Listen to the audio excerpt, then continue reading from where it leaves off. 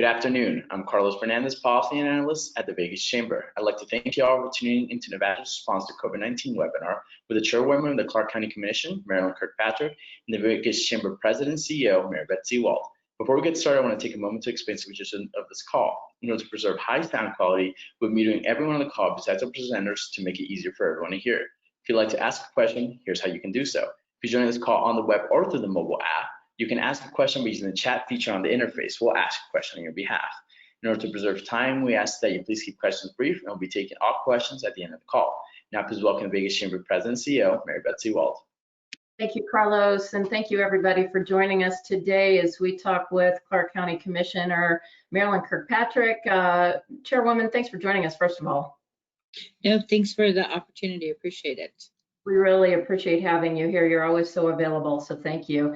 We also know that tomorrow the governor is going to be making an announcement. We're guessing that'll be about face coverings, but before we get into our discussion with Madam Chairwoman, I have just a couple of announcements. Tomorrow, you're not going to want to miss our hospital capacity and response webinar. That's tomorrow at 11:30. I think with the heightened number of cases, it'll be an interesting conversation, maybe even more than it was a couple of days ago. Also, want to remind everybody, enrollment is open for Vegas Chamber's Leadership Advanced program. It's a great opportunity to hone your leadership skills, helps you to get to know our city a little bit better, Southern Nevada. Go to leadership.vegas to apply for that. Also, the Southern Nevada Forum committees are meeting and convening, and they're making changes here in Southern Nevada. For more information on that, or to join a committee, you can contact Dylan Keith at the Chamber. He's at dkeith@vegaschamber.com. And speaking of the Southern Nevada Forum, I know Chairwoman Kirkpatrick, you were involved in that when it started in 2013. We had your support when you were Speaker of the Assembly. So with that, I want to thank you again for being with us today. We know that yesterday was kind of an all-time high in the number of cases, a one-day record, I guess. And so I know you and I have been, and Paul Muradkin on our team has been working so hard to help educate people on wearing the face coverings. What's the latest? Well, so the latest is, and I think that the hospital call will be interesting for you and your members. And I appreciate you trying to put that information out. But the latest is the numbers are high. It's a little over a 15% on a daily, positively, as we track positives daily.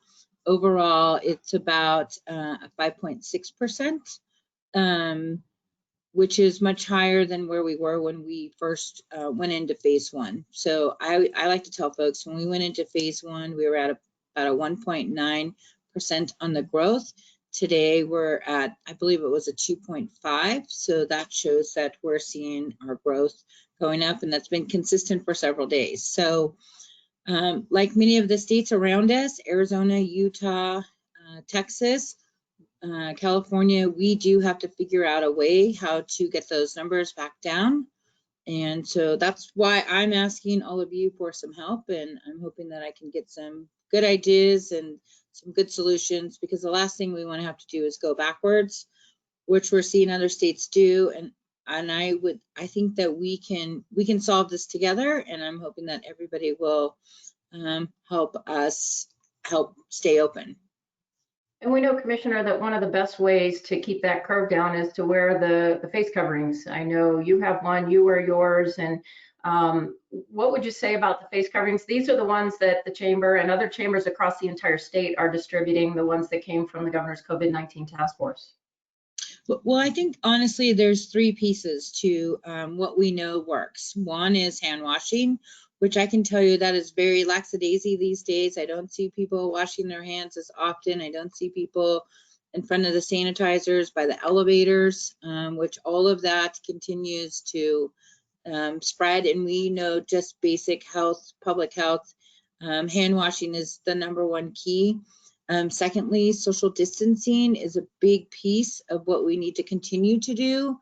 We know that if you're within 6 feet of somebody, it's probably too close, and you should absolutely have a mask on so that you're not sharing, and everybody should be working together at that. So when we have 2 people with masks, that helps us not spread it. So it's a combination of all three things. We are very good at it. We got an A+ when we started this, and we just probably need to remind folks that they need to get back to wearing those masks when they're not social distancing, wearing the mask when they're doing public interaction, and wearing your mask anytime that you're in a mass gathering. And, you know, I know some people are trying to say that it's inconvenient and so forth, but we can make it fun, you know, and it can be kind of a cool thing to do. And it's more inconvenient to get the virus or to give it to somebody else than it is to just wear one, right?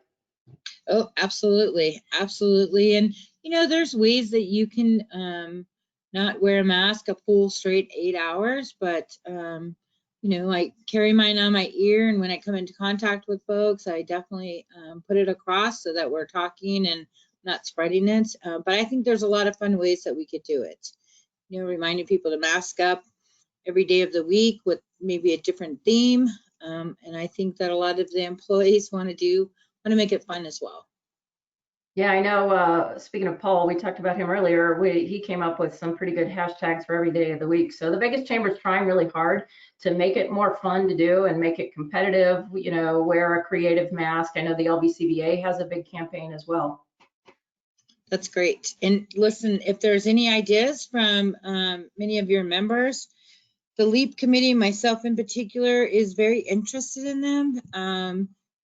Because everybody wants to be able to move forward, and this is going to be a long time, and we have to learn how to live with it. So what good habits can we put in place today in order to get there? Okay, we'll see if we can't collect some suggestions for you, certainly while we're on this call. In the meantime, we started out by saying that Governor Sisolak is going to be speaking tomorrow at 5 o'clock. Is there any speculation on what he might say about making face coverings mandatory, possibly? Well, I would hope, and at least I agree and my board agrees, that we have to do something different that we're not doing. And if that means that we have to have mandatory face coverings, we support that initiative, because the last thing we want to do is go backwards. And if we can do our part by wearing a mask, if I'm going to go shopping, going to the grocery store, go out to a venue, then I'm happy to do that in order to ensure those businesses can stay open. Oh, definitely. That's the last thing we want, is to go backwards, for sure. What would you say, and I hate to even think about moving backwards, so what would you say to businesses who are having trouble? They have their employees who are wearing the face coverings, but they don't have any signage, or they just don't know what to do to get their patrons to comply? You know, many folks will remember no shirt, no shoes, no service. Now you should just add in mask. I mean, that was a long, hard-fought education in order to get people to do it for the best interest of public health. And this too is a public health component, and we just really need some of the businesses to step up and be the leaders in our valley, and others will follow suit. Yeah, we've had a lot of chamber members who are saying they're asking us for advice on what to do because they don't want to be rude to their patrons. We know that there are examples of maybe best practices, how to do it in a joking manner, or trying to be nice to the patrons, like at the Wynn. I think they're using those little pool noodles or something that are like 6 feet long. Well, I mean, you know, first of all, offer it to folks. I mean, I think a lot of folks actually have them, but if you have a stack sitting there and the majority of your guests are wearing masks, then you kind of feel compelled to do that. I think that there are some very bad actors that we've had out there where the employees weren't wearing it, the patrons were not even trying to comply. And so we probably need to tell people what they should not do.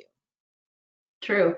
And, you know, I want to thank you too, because you've provided the Vegas Chamber with the posters, which are educational in nature. And so we've been combining those in a packet to give out with our face coverings. And you can go to vegaschamber.com to sign up to get your whole packet. So thank you for all your support there.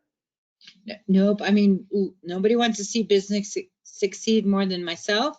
People have worked hard to get to this point, and you know, stay safe has always been what we needed to think about. But to stay open, we got to stay safe. And I just think that people need a reminder.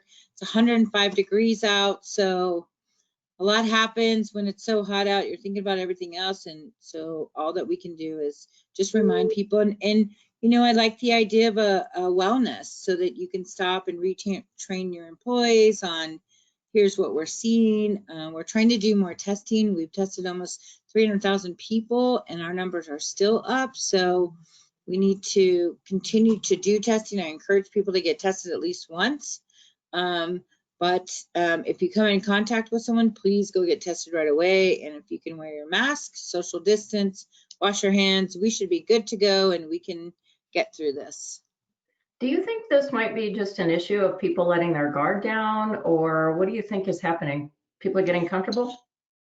Yeah, for sure. But I mean, for many of us, people were cooped up for a very long time. About 8 weeks I was at, and you know, honestly, I was out Dutch oven cooking with my seniors this morning because they've been pent up, they're frustrated. It's now going on 11 weeks for them. And you know, there was one picture where I didn't have my mask on, but I had it on 90% of the time. But the same time, we just need to constantly remind people about the public health component, and I include myself in that. Why do you think states like Utah, Arizona, those states are seeing a spike in increases? Are there any trends in those states that we might learn from? So I haven't dug down on that yet, but I can tell you, you know, baseball was a big thing. Everybody was going to Utah, Arizona for baseball tournaments, and they didn't have a lot of guidelines.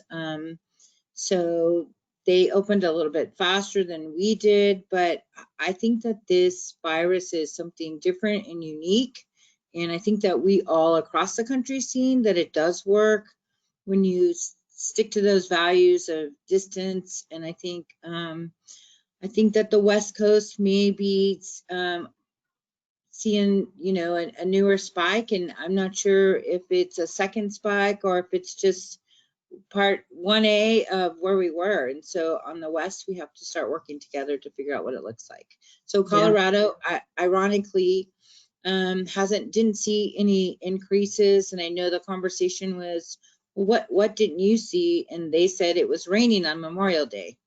So, you know, there's probably a lot of commonalities. We were all out. The weather was nice. We were visiting with family we hadn't seen in a long time. And so we just probably need to be reminded and get back on track. Okay, and we're sure trying to do that. Are you seeing any issues in any specific industries, or is just pretty much the same across the board? No, we don't have any specific industries at this point, but the contact tracing is part of that, where we start asking a lot of questions. So the county will step up efforts on healthcare. We want to make sure that our healthcare folks stay on track. Gaming has been doing their part. As far as testing, many of the hotels are on their second round of testing, but we don't have any real trends at this point.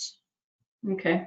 Can you give us some updates? I know, you know, you've been in charge of the LEAP committee. What's the latest with your efforts with that committee and the others on it as well?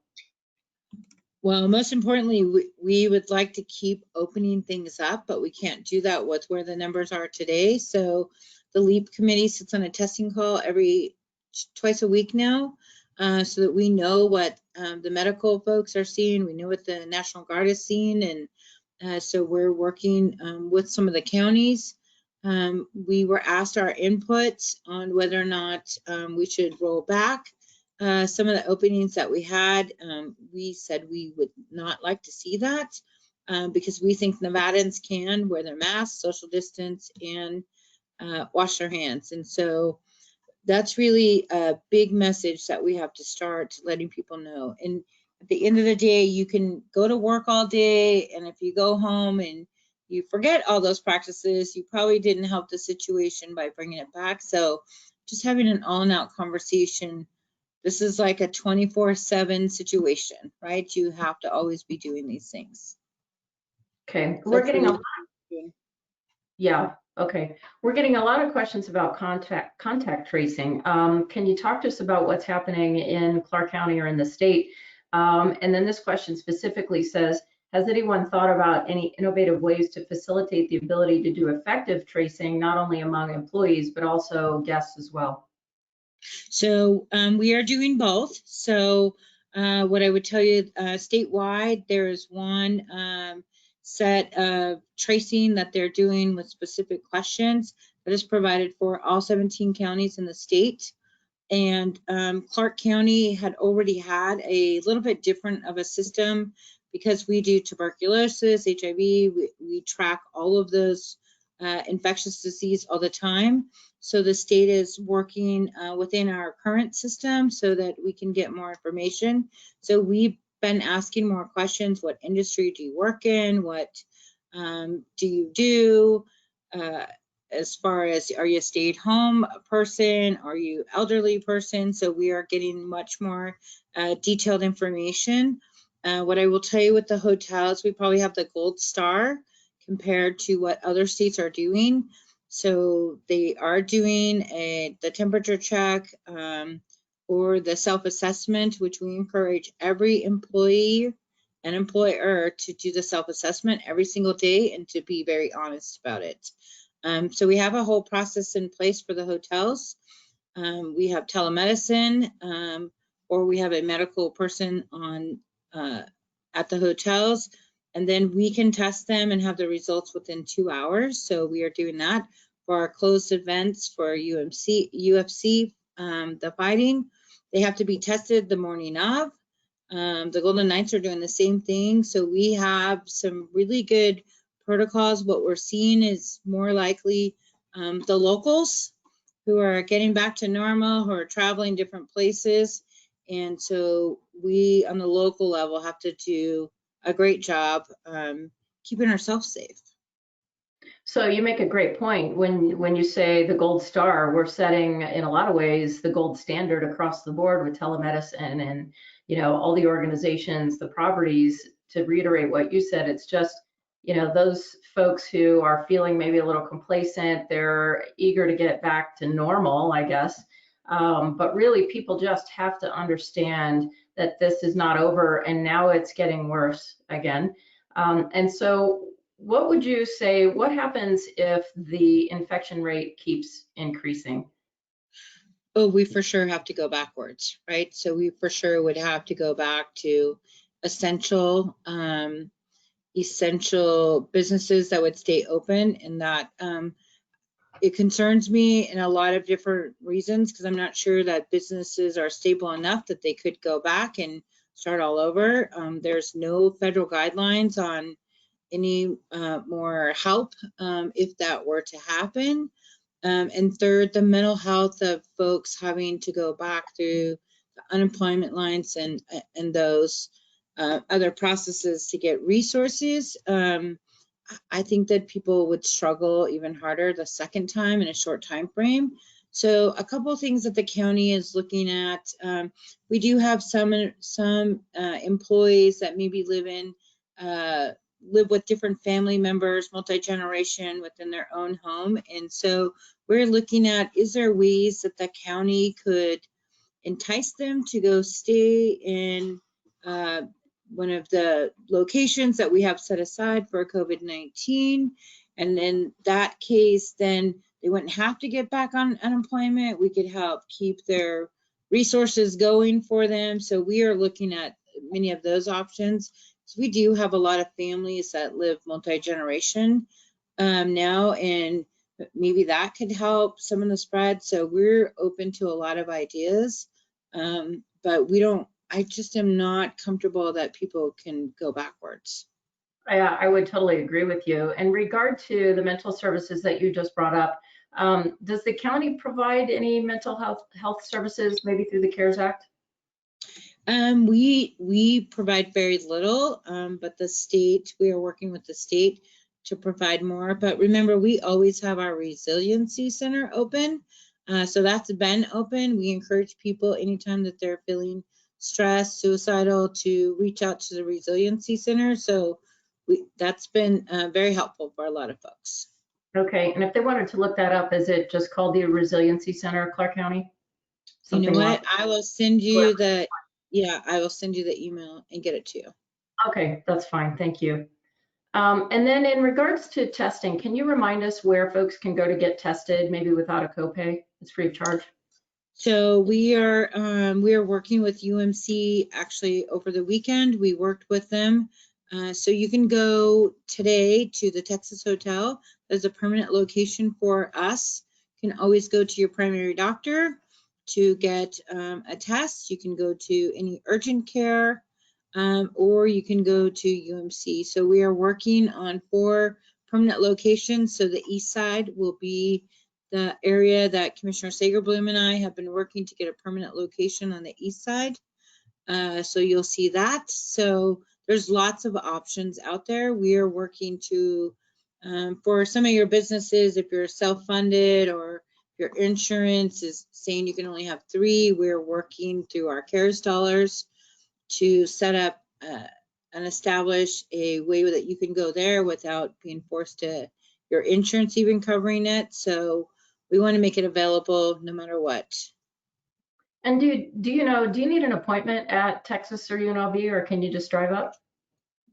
So I think that you can always just drive up, but appointments go much faster. We have one of the churches close to the health district where it's a walk up only. So you can only walk up. So the health district, you can also go anytime and get, and there's not a big line there. So there's always room for walk-ups or folks without an appointment because we want to ensure that we can test as many as possible. Okay, and so you mentioned a minute ago that some folks have already been tested once and so forth, and we're talking about getting tested and how important it is. Can you get tested more than once, or is it just once, for especially for the free? No, you can, and we encourage, especially if you work within the public realm where you're talking with people as part of your job every single day, to get tested every 2 weeks, at least for the first month of getting back to work, so that we can see what's going on, because we've brought a lot of people back into the general public, and we want to be able to catch it sooner rather than later. And how would you say the hospital rates are holding up, or do you know?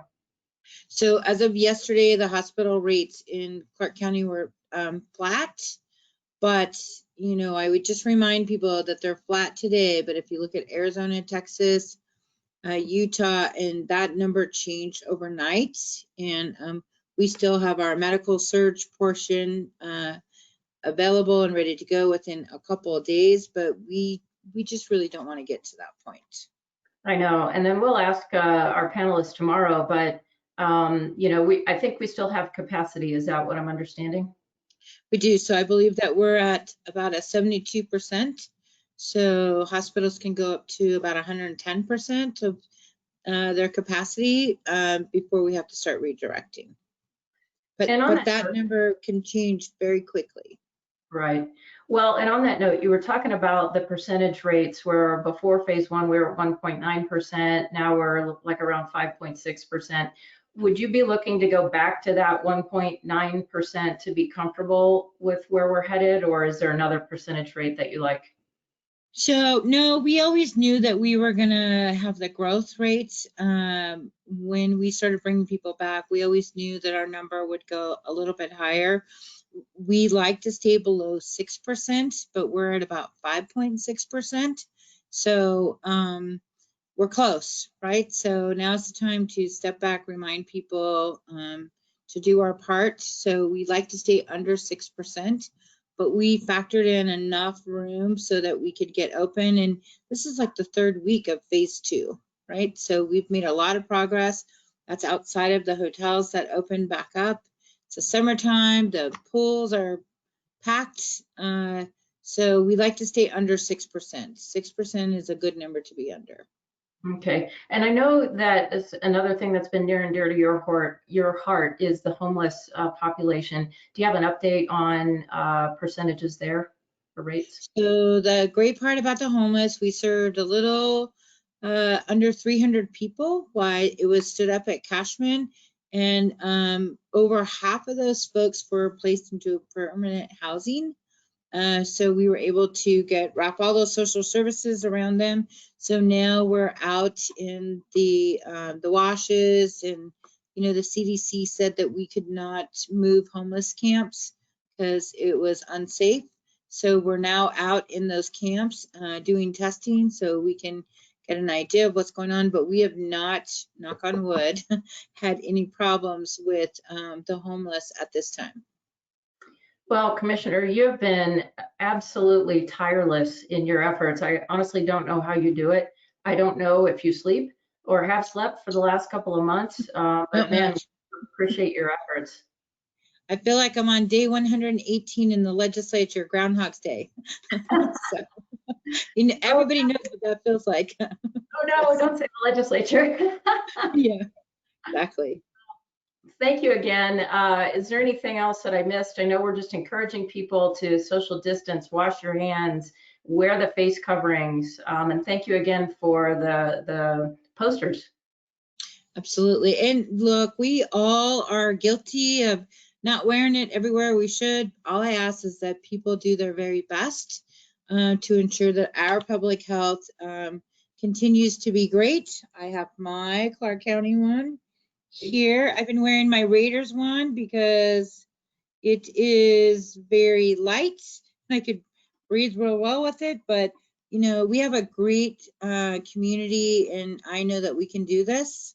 And I just ask for everybody's help. Well, Commissioner, thank you so much again for always being so available to us at the Chamber and to our members, and for helping us and for being such a great leader. Thank you again. Thank you. Appreciate you all. Thanks. And thanks to everybody for joining today, and we'll see you tomorrow. Be sure to go to vegaschamber.com to sign up to get your kit with your face coverings, nice chamber bag, and also a poster as well provided by the county. Thanks everybody, and have a great day.